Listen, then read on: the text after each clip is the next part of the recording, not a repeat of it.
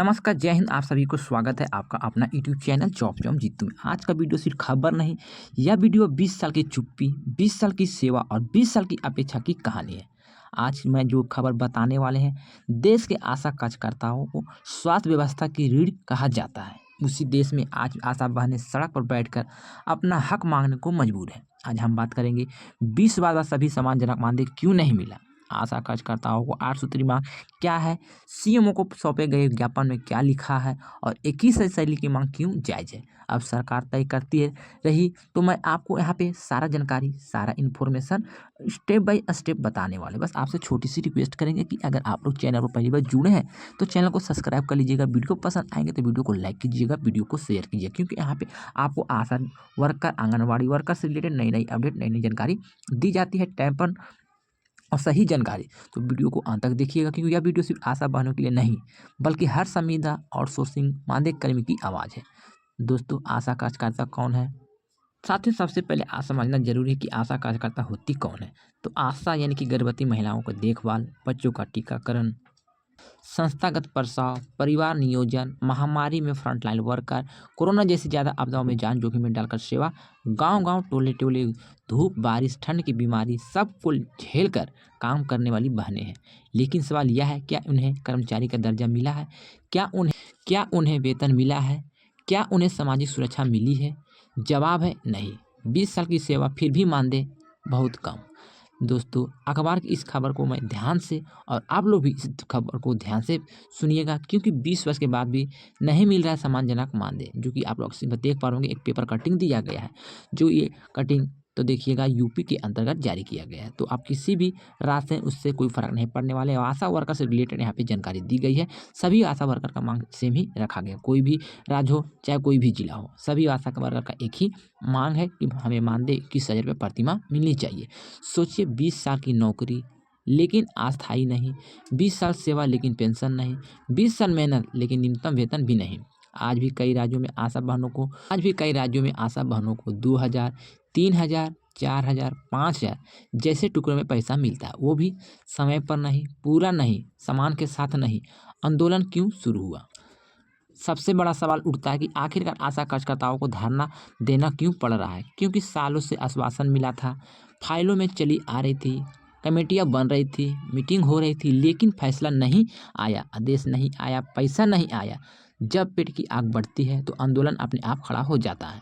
8 सूत्री मांग क्या है सभी आशा कार्यकर्ताओं को लेकर पूरे राज्य में, जो कि मैं आपको यहाँ पे डिटेल से बताने वाले हैं। कौन सी 8 सूत्री मांग है और क्या क्या इसमें मांग रखा गया है, मैं आपको डिटेल बताने वाले हैं। अब बात करते हैं आशा कार्यकर्ताओं की 8 सूत्री मांग को लेकर, क्योंकि मांग नंबर 1 में देखिएगा तो 21,000 प्रति माह मासिक वेतन। आशा बहनों को पहली और सबसे बड़ी मांग यही है, जो कि 21,000 फिक्स सैलरी। दोस्तों, जब एक चतुर्वर्ग कर्मचारी को 18 से 20,000 मिलता है तो आशा बहनों को क्यों नहीं?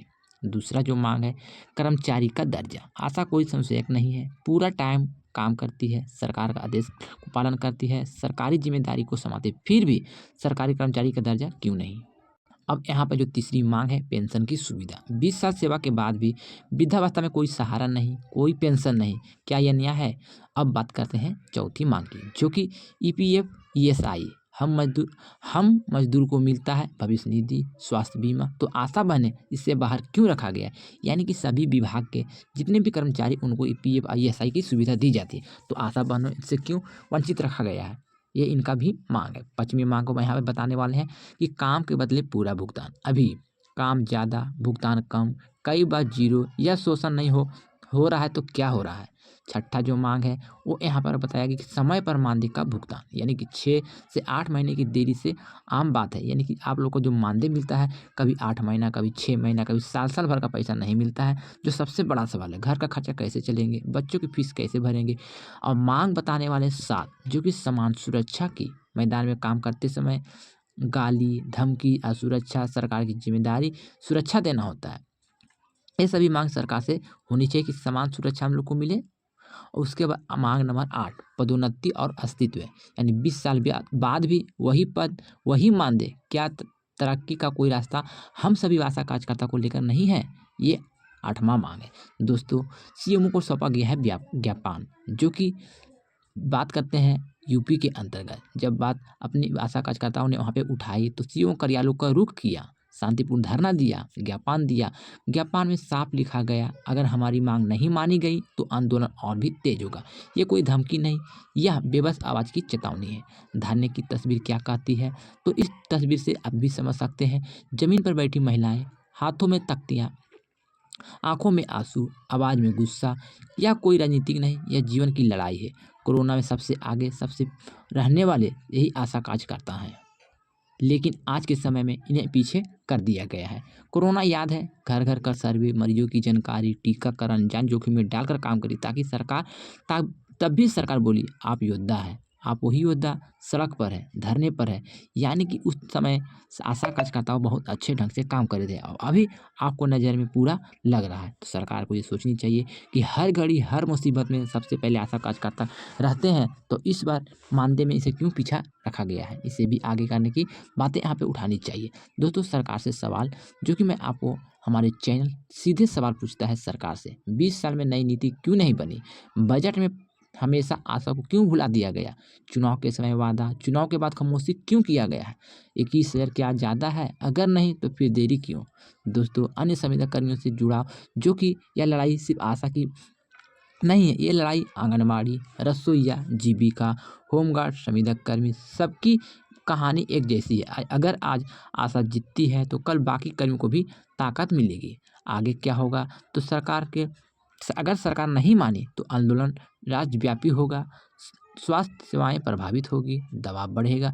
लेकिन अगर सरकार चाह ले तो एक आदेश, एक नीति, एक फैसला और लाखों परिवार की जिंदगी बदल सकती है।